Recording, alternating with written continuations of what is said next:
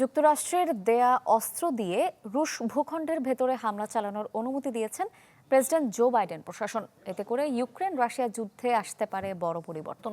সূত্র বলছে, রাশিয়ায় প্রথম হামলা হতে পারে ATACMS রকেট দিয়ে।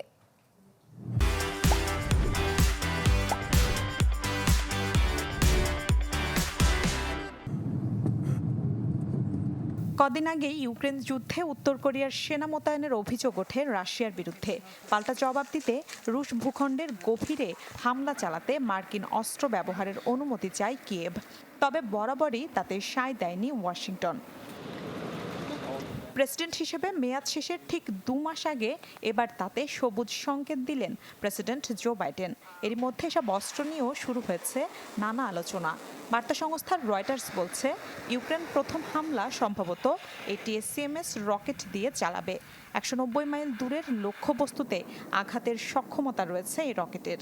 যুক্তরাষ্ট্রের এই সিদ্ধান্ত বিশ্বকে তৃতীয় বিশ্বযুদ্ধের দিকে নিয়ে যেতে পারে বলে মন্তব্য করেছেন রাশিয়ার উচ্চকক্ষের আন্তর্জাতিক কমিটির উপপ্রধান ভলদিমির জাবারভ। বাইডেনের এমন সিদ্ধান্তকে বড় পরিবর্তন হিসেবে দেখছেন বিশেষজ্ঞরাও। বলছেন, যুক্তরাষ্ট্রের পর ইউক্রেনে অস্ত্র সরবরাহের চাপ বাড়বে ন্যাটোভুক্ত অন্যান্য দেশগুলোর ওপর।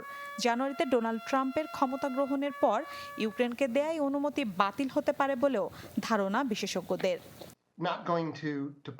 ইউক্রেনের জন্য এই সহায়তা বিশেষ প্রয়োজন ছিল।